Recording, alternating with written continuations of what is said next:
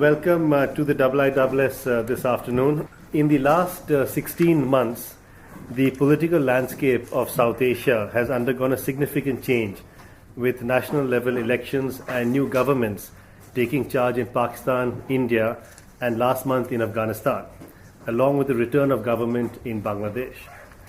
The IISS has held policy-relevant discussion meetings soon after changes in government in both Pakistan and India in order to provide our members an early assessment of the challenges these new governments face and the opportunities that exist.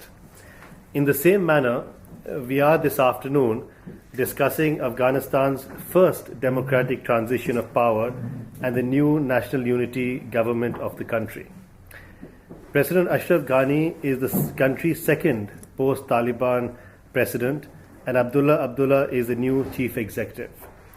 Both Ghani and Abdullah were sworn in exactly 2 weeks ago. Both were also rivals in the bitterly contested and long drawn-out presidential elections. While President Ghani has already signed a key bilateral security agreement with the United States, a cabinet is yet to be announced.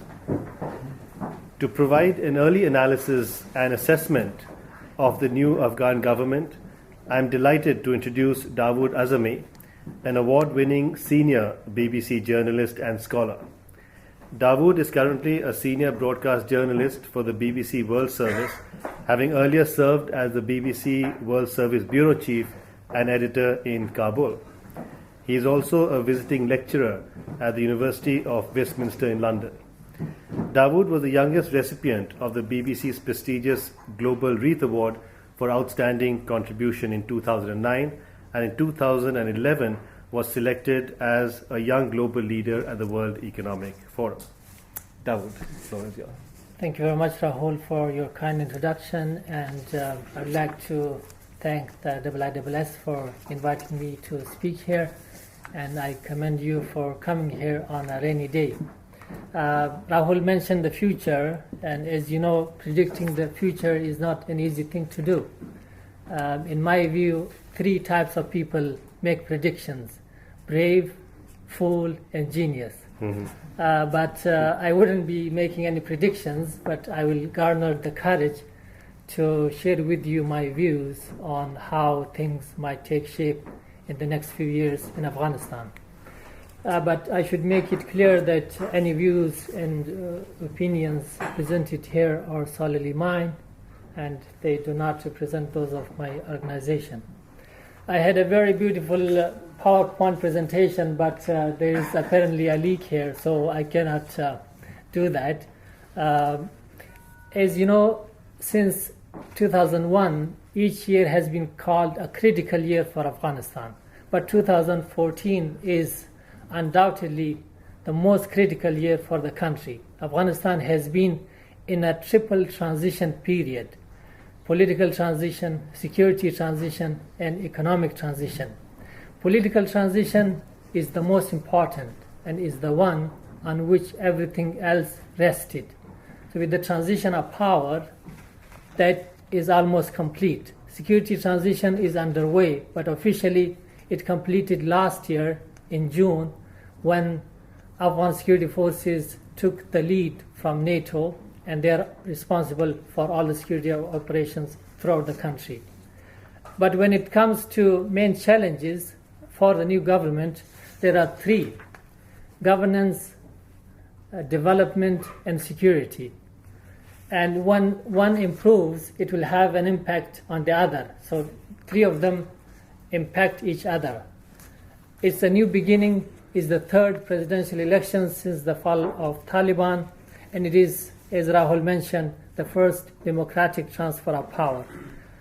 Power sharing agreement was signed before the inauguration, and Afghanistan now has a national unity government. So it's a Big Tent politics, politics of inclusivity. So nobody will be outside the tent. Everybody will be invited to be part of the government, even the Taliban and other insurgent groups who are fighting against the government. There is a long to-do list for the new government. First of all is appointments. The government was inaugurated a couple of weeks ago, But so far, we have heard about the appointments of a few advisors, a couple of deputy ministers, and some other minor positions. But the main task is to appoint the cabinet members. So who will be the new ministers, we don't know. We expect that some of the existing ministers will stay in their own portfolios, or they might be moved to take other positions.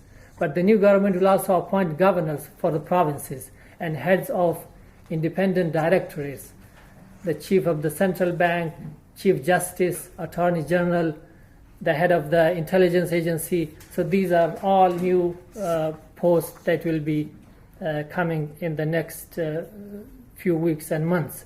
So this is the first thing that the new government will do, and it will be done on what they call merit and parity. So the two leading candidates will somehow divide the cabinet and governorships.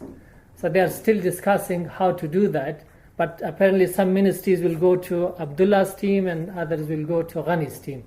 There are some reports that they have even named those ministries, that these ministries will go to Ghani's team.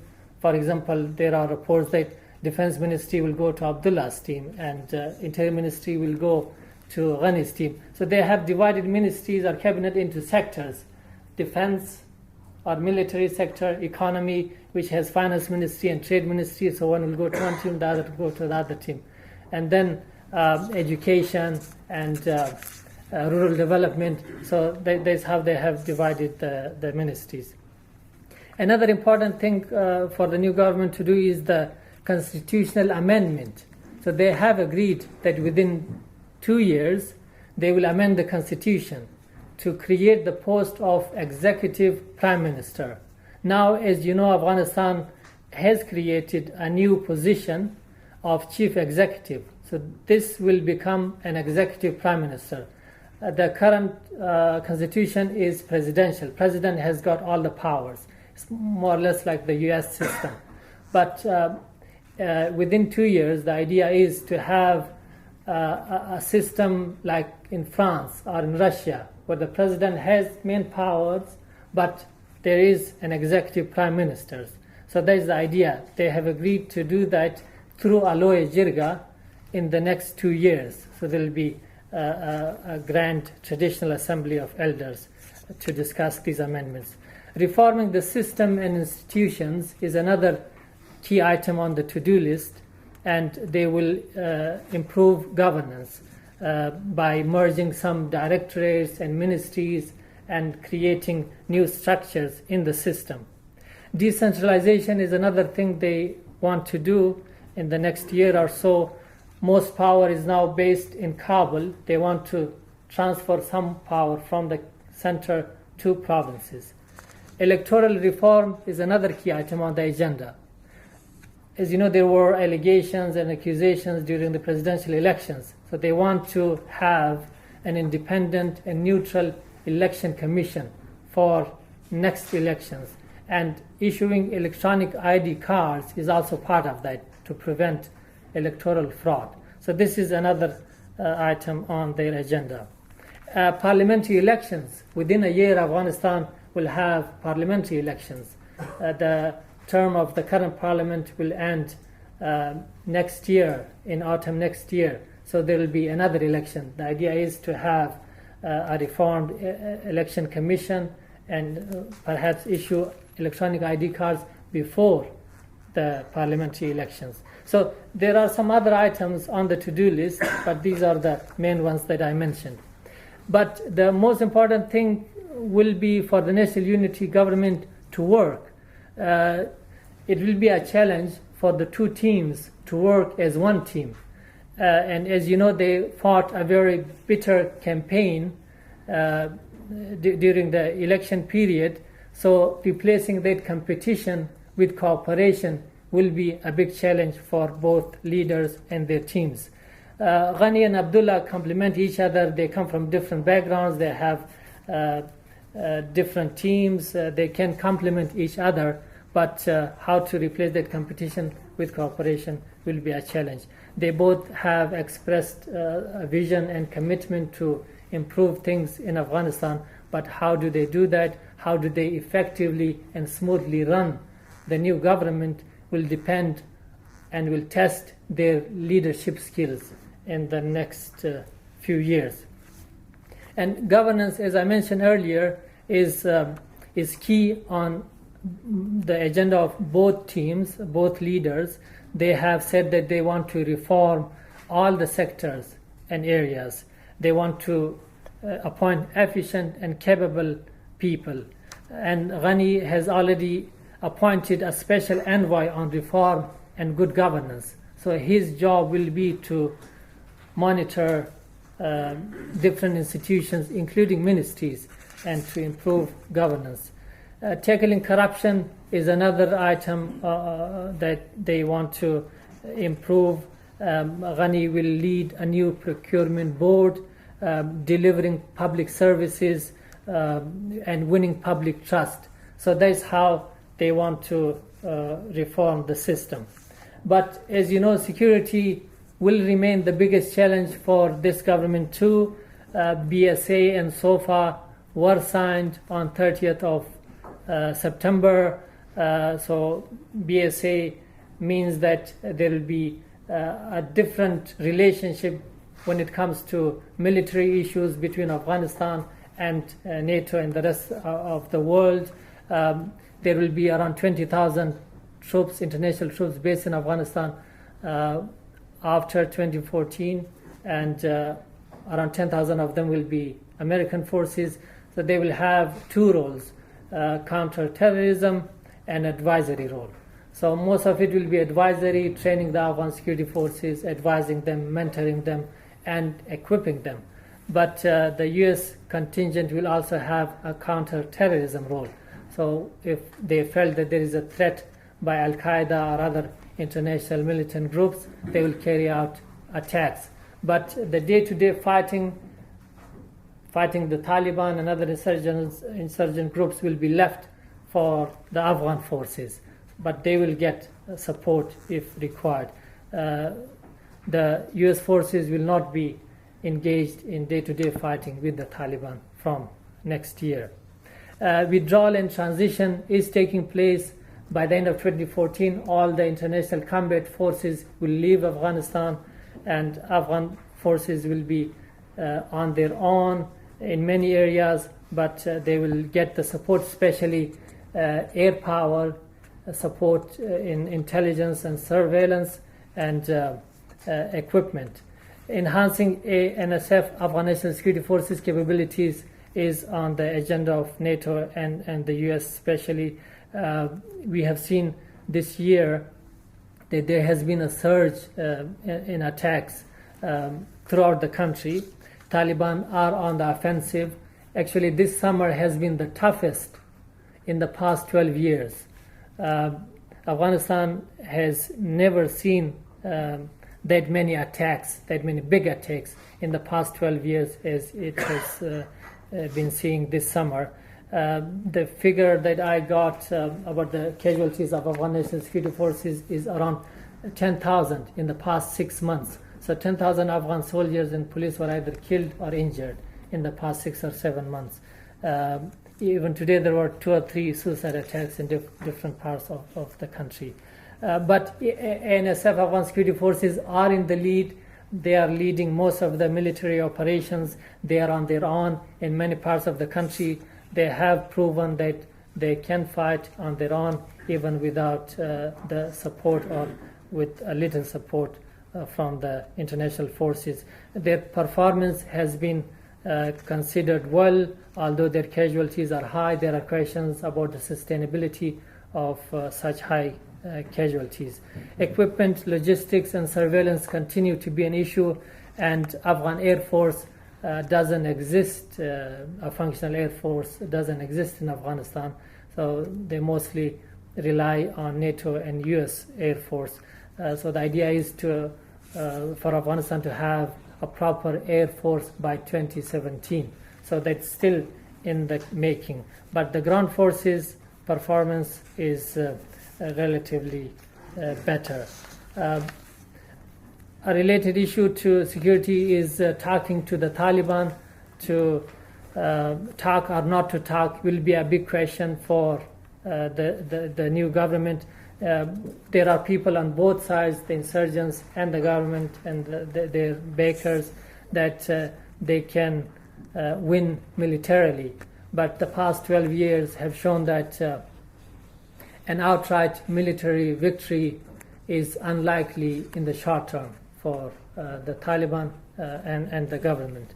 So there will be another effort to start talks. You might know that Taliban opened an office in Qatar last year in June that was closed for obvious reasons. So that office might be reopened in the next few months or next year. The representatives, Taliban representatives, are still living in Qatar. Their office still exists, but it is locked, so it is not being used. So that might open sometime soon. There might be changes in the approach. President Karzai had his own approach towards the Taliban. He had a high peace council. That structure might change, the approach might change in the new government, but definitely there will be several efforts to start peace talks with the Taliban. Taliban have called the new government a puppet of the US, so this is what they have said officially, but behind the scene there are some movements and people are trying to figure out how to start or restart the peace process. Economy is another big challenge for the new government. National Treasury is running out of cash.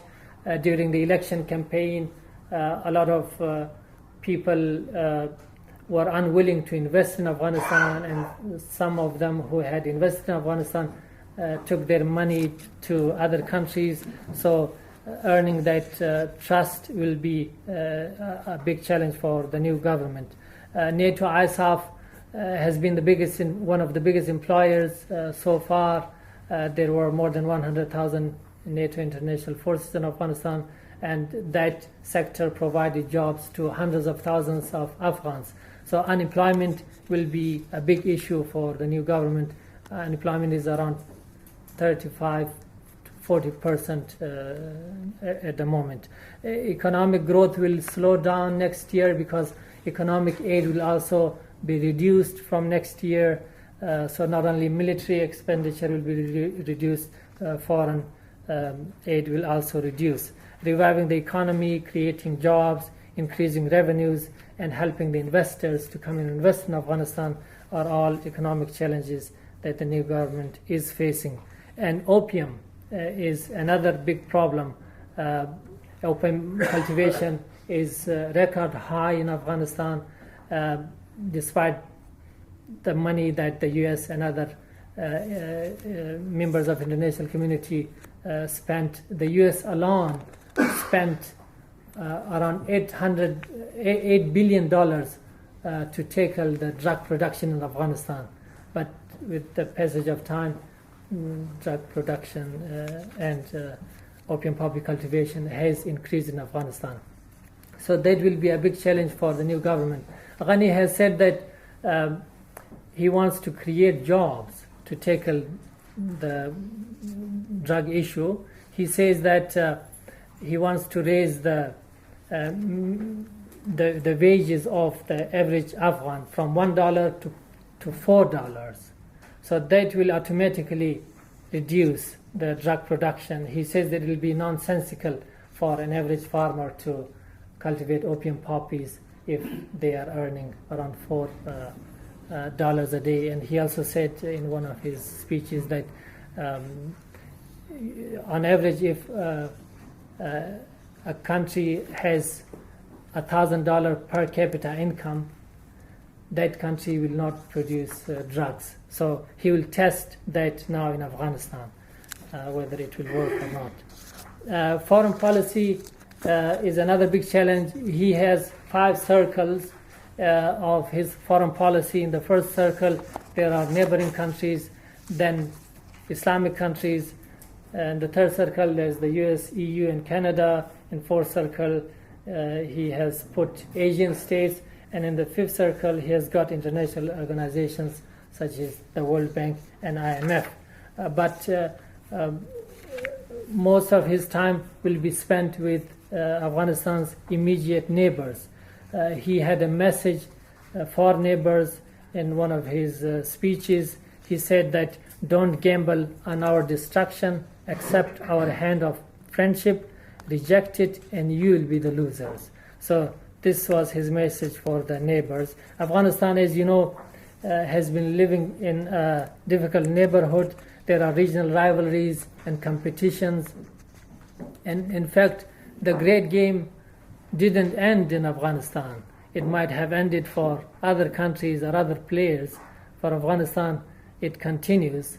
And there are at least 10 different conflicts being fought in Afghanistan, ranging from Taliban-US conflict to Pakistan-India rivalry, Pakistan-Iran rivalry, Iran-Saudi rivalry, Iran-US tension, Russia-US tension, and then some local dynamics.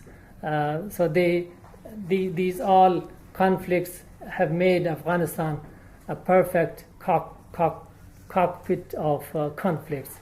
So this will be a challenge, how to replace that competition with cooperation. And I said in one of my presentations somewhere else that the great game has become a great chaos now, because in the past there were a few players who were actors in the great game, but now the number of players has increased and the game is very messy. There are no rules and principles. So great game has turned into a great chaos now in Afghanistan. There are different layers and dimensions of foreign actors and agendas all played in Afghanistan. Relations with Pakistan will be key. President Karzai called Pakistan a conjoined twin of Afghanistan. He made 20 trips to Pakistan during his presidency. This was unprecedented for any leader of Afghanistan to make that many visits to Pakistan. There are two issues. In the past, there was just the issue of Taliban with Pakistan, but over the past 2 years, another problem has emerged: the rocket attacks from Pakistan on the Afghan soil. So this has been another problem, a new tension between the two governments. In the past, Afghanistan has been accusing Pakistan for providing sanctuaries to the Taliban or not taking action against the Afghan Taliban. But some of the Pakistani officials say that some of the TTP members, the Pakistani Taliban members, went to Afghanistan and made their sanctuaries in Pakistan and now using Afghanistan against Pakistan, using that sanctuary in Afghanistan to carry out attacks inside Pakistan. So rockets are fired in the Afghan territory. So there are thousands of rockets fired over the past 2 years from Pakistan to Afghanistan. And the Afghan minister said a couple of months ago that so far 16 civilians have been killed and many injured in these rocket attacks.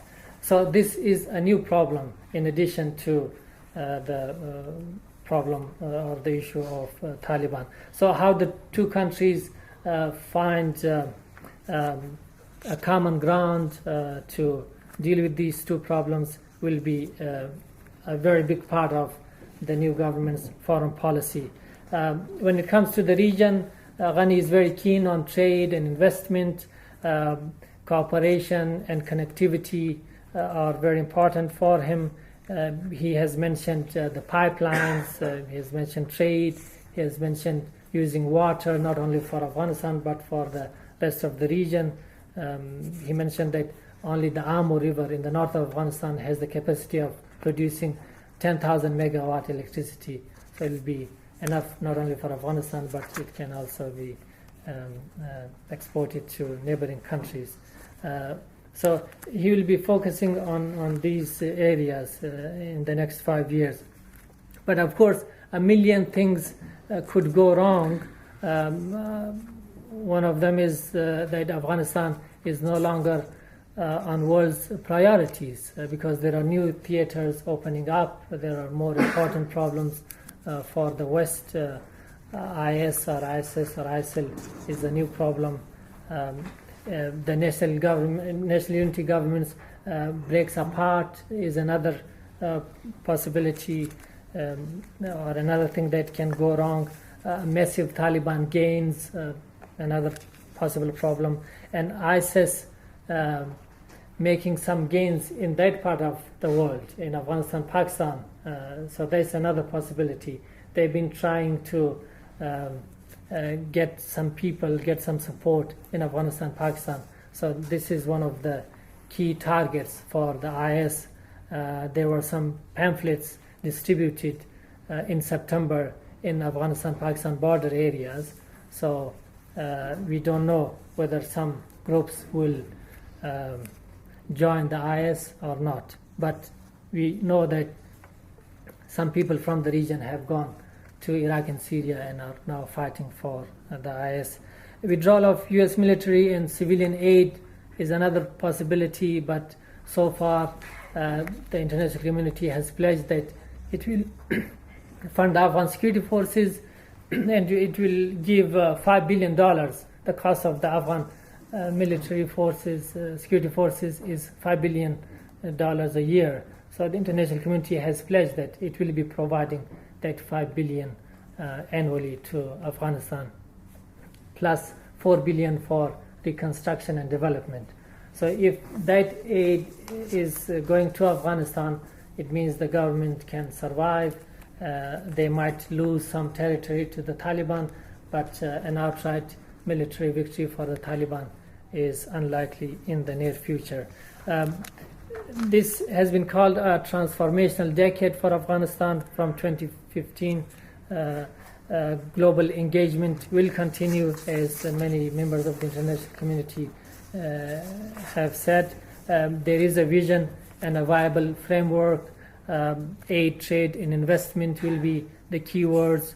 Minerals is another area which can be exploited, or they have said they will invite new and more investors.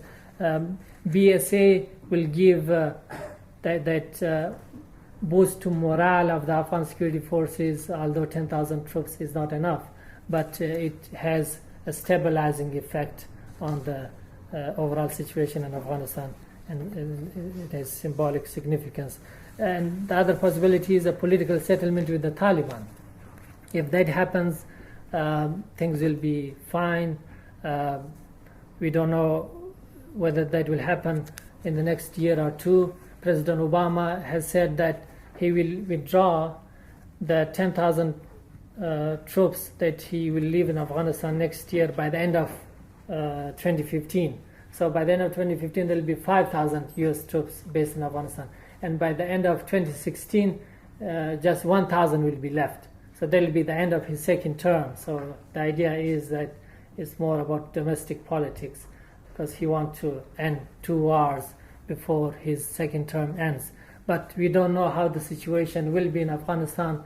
He might be forced to send more troops or keep the same 5,000 or 10,000 for a few more years. So that's how the future will look. But as I said in the beginning, I'm not predicting because it's a dangerous business. Thank you. Thank you. Thank you very much, Dawood, for those excellent insights into the new National Unity Government of Afghanistan and the challenges that it faces. Let me sort of open up the discussion session and begin by asking the first question. And that, Dawood, is in terms of how you see, how you perceive the relationship between President Ashraf Ghani and Chief Executive Abdullah Abdullah. You mentioned in your talk that they complement each other, that for the National Unity Government to work, they need to, or their groups need to replace competition with cooperation. But how? Is there an element of sort of trust between the two? How were they working when they were in the cabinet with President Karzai? So what, in your sense, is the sort of the relationship between the two in order to make this national unity government as credible and successful as possible? Well, in the national, in the agreement that they signed, there are many things that are open to interpretation. So they will be discussing things on day-to-day basis. There will be disagreements. There's no doubt about that. But they have resolved the major issues: the distribution of ministries, even some governorships, and the heads of the independent directorates. They have also specified the powers of the chief executive. In fact, Dr. Abdullah chaired the first meeting as the chief executive of the Council of Ministers today. So that was the first meeting. So he will be chairing the meetings, the weekly meetings of the Council of Ministers, and then this Council of Ministers plus Abdullah, the chief executive, and his two deputies will all go to meet the president on a monthly basis. So that meeting will be chaired by the president. So they have done that. They have anticipated all the problems in that agreement. But there will be disagreements, no doubt about that. And the fact that the cabinet has not been formed yet also shows that there are some issues that they are still discussing. Both of them have said that we want a competent and capable cabinet. So there will be disagreements on who is a competent minister or potential minister and who isn't. So that's another area that they will be discussing. And the problem is not between these two individuals. They have big teams behind them. So those teams are putting pressures on the two leaders that, oh no, don't do that or do it that way. So that will also take a lot of time. But making it work, making the national unity government work, will be a challenge. But so far, there doesn't seem to be a big problem. So I hope there will be compromises in the future, and both of them have to make compromises. Otherwise, it will break down. Thank you. Nigel Inkster, the Director of Transnational Threats and Political Risk at the IISS. Thanks very much for a very comprehensive account. One constituency that I don't think you really talked about much in your presentation was that of what we might term traditional warlords and power brokers, the Dostums or Fakims. Can you say something about where, if at all, they fit in this new dispensation, and to what extent we should continue to be worried about their potential for disruption? Well, there was an article published a while ago that the title of the article was that warlords are good for democracy. So I don't think warlords are good for democracy. Their cooperation is good for democracy. So if they are cooperating with the government, if they are not making trouble, so then in that case, yes, they are good. So at the moment, there seems to be cooperating with the government, because Dostum is the first vice president. So if Ashraf Ghani goes abroad, he becomes the president. So he is part of the system, and he has given indications that he is a changed man now. Even during the campaign, he apologized. He was the first person in Afghanistan of all those commanders who fought in the 90s and 80s to come and say that I am sorry for the mistakes I might have made. So it seems that they are trying now, and the same is the case with Dr. Abdullah's team. There are some people that you might call them warlords, and they are now part of the system, part of the government. So it is their responsibility now to make this work. If it fails, so it's their fault. So it's in their hands now. Gautam Sen. Two related questions. Is there not now some awareness amongst the political elite that Afghanistan has really been through hell for over a generation? There is despair. People are tired. It must affect its view of where they want to go now. And connected to that, is there some pragmatic view that the central question that you identify of security might be mitigated if Indian activity in Afghanistan is reduced and China becomes a major investor in Afghanistan? Well, regional cooperation is key because the past 3 decades show that, yes, the conflict in Afghanistan has its local dimensions, but Afghans are not in control of the events taking place in their country. So they are players, but they are not the main actors. They are the secondary actors. So without regional cooperation, Afghanistan cannot achieve peace. And without peace and stability in Afghanistan, the region cannot live in peace. So it is a win-win for both Afghanistan and the region. So if relations between Afghanistan and Pakistan improved today, so it will have a very positive impact on Afghanistan. So in fact, if all these countries agree on one-point agenda, non-interference in Afghanistan, there will be peace within a week. One might hope so. But there are problems. We all know different countries in the region have their own bilateral issues, and the tension is having a negative impact on Afghanistan. So there was a meeting in Geneva in March on this point that we all will agree that we will not interfere in Afghanistan after 2014. So that has not produced any result yet, but one hopes that if that happens, it will be good for both Afghanistan and the region. Kiran Hassan, Abdullah. Thank you so much for a very, very comprehensive talk. I would like to tease out on this previous question a bit more. You talked about the challenges, especially vis-a-vis Pakistan, but I was wondering if you can actually tell us more about the opportunities within the larger region, because obviously a vulnerable Afghanistan is not in the kind of, as you said, is in the larger region's interest. So specifically, do you see the new government actually working on any kind of tangible, more productively about border control vis-a-vis Pakistan, as well as convergence of development projects with India and China in Afghanistan? Do you see more focus on these 2 aspects, or do you see that it's going to be rather very vague and one-point peace agenda? Well, I think trade will be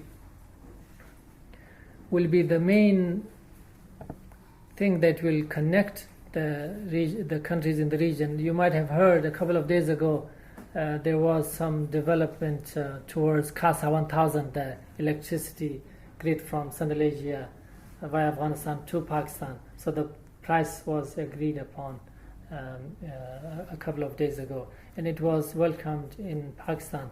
So if the pipelines are built, if the electricity grid is there, and if there is increased trade and increased interdependency, so that will help all the countries, and it will make the conflict very costly for all the regional countries. So South Asia is the least connected region in the world. So there is very little trade going on. There is very little interdependency. So if trade increases, if interdependency increases, conflict will become very costly. So the idea is that, at least what Ghani has said so far, is to, and is the same thing that Nawaz Sharif has said, and in fact Modi is also focusing on economy. So if that happens, so then even if some people wanted to create trouble, other will stop them, that no, it's you're damaging our own interests, our own country. So without that, it's very cheap to create trouble in other countries because it's not affecting you.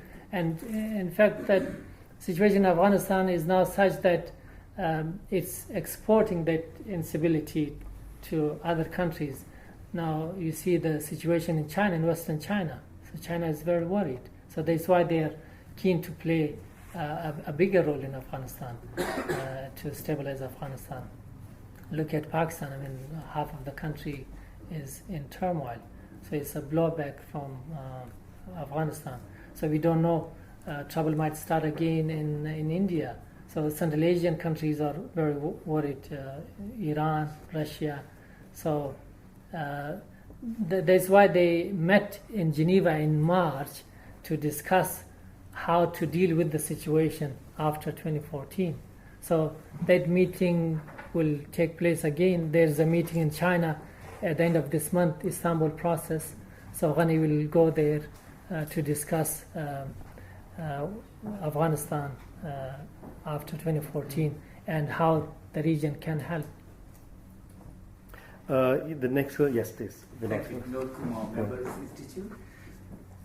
Well, the flip side of the economic development regional cooperation is the security. And you said that in this last year, which is the most difficult in the last 12 years, 10,000 casualties on the Afghan side alone.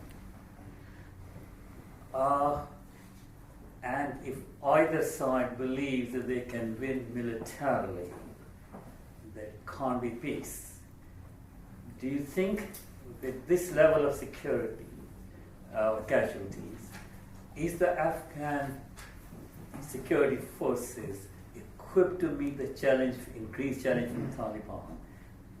And therefore, what does that presage in terms of prospects for peace?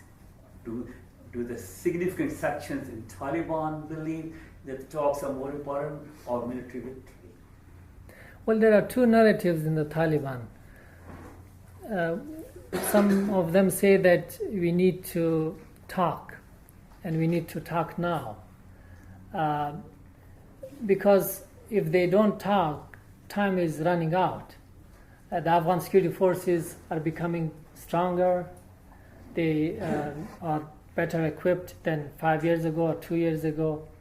And Ghani, I think, if talks failed, he will try to talk to the Taliban. In fact, in his inaugural speech, he mentioned Taliban and Hizb Islami by name and invited them to talk. But I think if talks failed, he will just ignore the Taliban. So he will ignore the problems and he will avail the opportunities. Meaning that he will improve governance, he will try to create jobs, and he will try to win hearts and minds by whatever way he can. So he will try to isolate the Taliban. Taliban will not evaporate. So they will be there, they will be attacking different places, they will be targeting different individuals. But I think if talks failed, he will just ignore them, that okay, you want to fight, you fight. And on the other hand, society is also changing. The urban-rural divide in Afghanistan was 30-70 a decade ago. Now it's mostly almost 50-50. And then media, around 50% of Afghans have access to television. So they live in the cities, they have jobs, they have access to television, they are connected to the world. So all this is making it very difficult for the Taliban to get the support they once had inside Afghanistan. So I think this will be the scenario for the next 5 years. Talks, if it didn't happen, then he will ignore them. Then the other group in the Taliban wants to fight. They think that they can win militarily. But this year they fought in all parts of the country. They expanded their control in some parts of the country, especially in rural areas. But the gains are not that significant. It is possible that they will capture some districts in some provinces. But major cities, I don't think capturing them will be possible in the near future for the Taliban for different reasons. So this group of Taliban says that it's better to talk now when the Afghan security forces are not that powerful. We can have a bigger share. And I think President Karzai was willing to give them a bigger share in the government but some people might say that they have missed the deal of the decade, if not the century. Ghani, I think, will be tougher on the Taliban. But of course, he will try. Without peace, he cannot have the economic development that he wants to bring to Afghanistan. But we don't know. I mean, whether the Taliban would come. There was some suspicion when Karzai invited them again and again to talk. They thought that it's a plot to divide and weaken us. So there was this lack of trust too. So if they feel that, yes, this government is serious and is genuinely talking to us, then there might be some development. So this is what we can expect. Let me take sort of the next two batches of questions. First, Antoine Levesque and then Sarah Johnston. They're both double-I-doublers. Antoine. Thank you, Dawood. My question relates to the way the international community has been interacting with the Afghan government over the last decade. There was a heavy use until recently of special representatives of various national governments. I was wondering if you thought whether they still have a role in a post-Karzai or post-Ashraf Afghanistan. I'm interested in the recent past rather than the future. You'll be pleased to hear, in your opinion and not the BBC's, how much corruption and fraud was there actually in the election? Ghani's victory in the second round was a surprise. Abdullah's claimed fraud of an industrial scale. Ghani's team said no, we just fought a very clever campaign, including in foreign policy. They argued that. The official recount figures weren't published. I've read it made 1% difference. Is that true in your opinion? And what does that bode for the unity government? Let's take these two and then we'll take the next batch of three, please. Well, special representatives will play a role. When America appointed a special representative, then every other country appointed their own special representatives. So I don't think every country needed to have a special envoy for Afghanistan. The embassies and ambassadors were enough. But they just wanted to have another person. China has a special envoy now for Afghanistan. A lot of European countries have their own special envoys. But they will have a role. They will make trips to Afghanistan. They will meet their own ambassador and the new leaders of Afghanistan. But in a way, it's good to have somebody else in addition to ambassadors who are based in Afghanistan, because special envoys are very close to the leaders in their own countries. So it's good for them to have that frank discussion with their own leader and the Afghan leaders. I'll give you an example. When the U.S. ambassadors were in Afghanistan, different ambassadors, so they were reporting mainly to the State Department, so they didn't have a direct link to the White House. But the special envoys had better access to White House, so that will help. But I still don't think that every country needs a special envoy. In terms of the corruption? Well, there's past. I was asked by Rahul to talk about the future. So my focus was mainly on the future. Okay, we can't take, let's go to the next batch of three questions, and we can't take any more. I'm sorry. The gentleman, yes, please. You could identify yourself. I'm sorry, I don't know you. Mr. Faiz, I'm a student here in RCDS. Thank you very much, Dawood Azami, for a very multi-angular talk that you have given about Afghanistan, and first time that we see that some kind of optimism is coming out from that side. The challenges that you have outlined in your presentation, there are multi, but if one has to prioritize, probably the makeup of Afghan national security operates itself, and followed by the economic recovery for Afghanistan. But above all, is the most important thing which needs the immediate attention is the integration of Afghanistan society as a whole in the government of Afghanistan. What do you think that these two leaders who you have yourselves have come from the opposing pole and have been formed into one government and above all, they do not have a real representation of Taliban also at this moment. And the kind of war which the international community for 15 years has been fighting against one particular segment, that is Taliban. And if they at this moment are still left out and hoping that they would be integrated after talks, what do you see the future of this government? Thank you very much. We just two others will take at the same time. And the last one is Tahir Aziz. Tahir, yes. My question is about the foreign policy towards the regional neighbors. You said regional neighbors, if they get on the 1 point agenda of non-intervention in Afghanistan, that might resolve the issue. But given that that might be an unlikely scenario, do you see the president, the prime minister, are aligned in the foreign policy towards the regional neighbors, or do you see there are fault lines that can be exacerbated or seen in the near future if the regional neighbors continue to play their divided politics?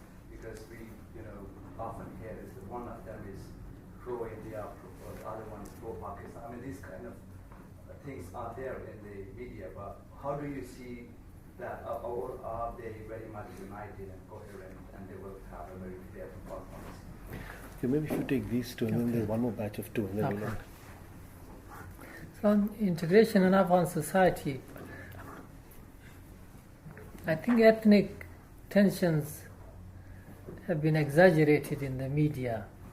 So if you see the makeup of the teams, they are all mixed. Ghani is a Pashtun, Dostum is Uzbek, and his second vice president is a Hazara. And it is not possible for a person of one ethnic group to win elections only with the vote of that particular ethnic group. So you need the votes from all ethnic groups to win the elections. So it's the same with Abdullah's team. He's half Pashtun, half Tajik. His first vice president is a Pashtun, second is a Hazara. So the teams are mixed, and if you see the votes cast for different candidates or from all over the country, Abdullah got a lot of votes in Pashtun areas. The same with Ghani, got a lot of votes in non-Pashtun areas. So it's mixed, and yes, some people want to exploit the ethnic issues in Afghanistan, but I don't think it's a very big issue. The makeup of the Afghan security forces, there were some imbalances in the officer level in the past, but that problem was corrected. So the recruitment and promotions are now based on the percentages of different ethnic groups. So the US and the Afghan government is looking into that, and it has been mostly corrected. But as you know, in every conflict zones, there are what people call conflict entrepreneurs. So they feed on conflict, they benefit from conflict. So statements are made from different individuals from time to time. But if you go in the society, so the problem is not that big as it seems from outside. In region, every country in the region wants peace in Afghanistan, but they want peace on their own terms. As I said earlier, that it is damaging to the region too to have an unstable Afghanistan, and they all want to have a peaceful Afghanistan, but peace on their own terms. So that's why I said that if they agree on 1 point agenda. I don't think there will be a lot of differences between foreign policies of Abdullah and Ghani. I mean, some people say that he might be a bit closer to India, and Ghani might be a bit soft on Pakistan, but I don't see it that way. They have a common understanding of the problems that Afghanistan faces. They are both close to the West. They want to have good relations with the West. They want to have friendly relations with Iran. In fact, Ghani, when he met the Iranian vice president, when who went to his inauguration ceremony, asked him to build the Chabahar port as soon as possible. So India and Iran are building that port, and Afghanistan will have another port to use for trade with India and the rest of the world. When it comes to Pakistan, and both of them know that they need the cooperation of Pakistan to achieve peace. As you know, without Pakistan's cooperation, peace will be difficult. So Pakistan is very important for Afghanistan because there are linguistic links, cultural links, trade links. Thousands of people go from one country to the other every day. So there's very special relationship. And both of them, I think, will focus on improving their relationship. As I said earlier, President Karzai tried, and many other leaders in Pakistan tried to normalize the relations, but it didn't work. So there'll be another try this time between Ghani and Abdullah and Nawaz Sharif in Pakistan to improve that relationship. But I don't think there'll be a big difference between the approaches of the two leaders. The last two questions, and then we'll end. Shahzadi Beg, please, first, and then. There is some evidence to suggest that the Taliban on both sides of the border have sent fighters to join the Khorasan group in Syria. How do you think that will affect the security dynamics in Afghanistan by the new government and the wider dimensions of the sectarian issue? And the gentleman here, if you could identify yourself. Ibrahim Seth on Turkish Embassy, thank you very much. My question is about UK's and UK-Afghanistan relationship. Recently, Prime Minister Cameron paid a visit, and he is the first foreign leader who met with Ashraf Ghani. At the latest article of the latest issue of Economist, Britain's campaign in Afghanistan is called failure. What do you think about this? And could you please talk a little bit about the UK-Afghanistan relations? Okay. Well, Khorasan group is mainly an Al-Qaeda group. It's a little bit different from the IS, and it will be dangerous for the region if IS got a lot of support in the region. The Afghan Taliban so far have not been involved in attacks outside Afghanistan. They have not even attacked targets in Pakistan. So their main target is Afghanistan. Their agenda is what people call national. And if you see the structure of the Afghan Taliban, led by Mullah Omar, there hasn't been any foreign militant who is having a prominent position in their hierarchy. So they are all led by Afghans. They are all focused on Afghanistan. But TTP is a different beast. The former leader of TTP, Hakim-Ullah Massoud, publicly said many times that he wanted to send fighters to Syria. Mullah Fazlullah issued a statement, the current leader of the Pakistani Taliban, a couple of weeks ago, saying that if the Mujahideen in Syria and Iraq needed our help, we will help them in any way we can. So the TTP is more international. They are more ideological, and one might say that they are more radical. But the Afghan Taliban are more national. One might call them less ideological and less international. So there is a difference. But IS and Khalifa, the Caliph, the self-proclaimed Caliph, poses a threat to the leadership of Mullah Omar.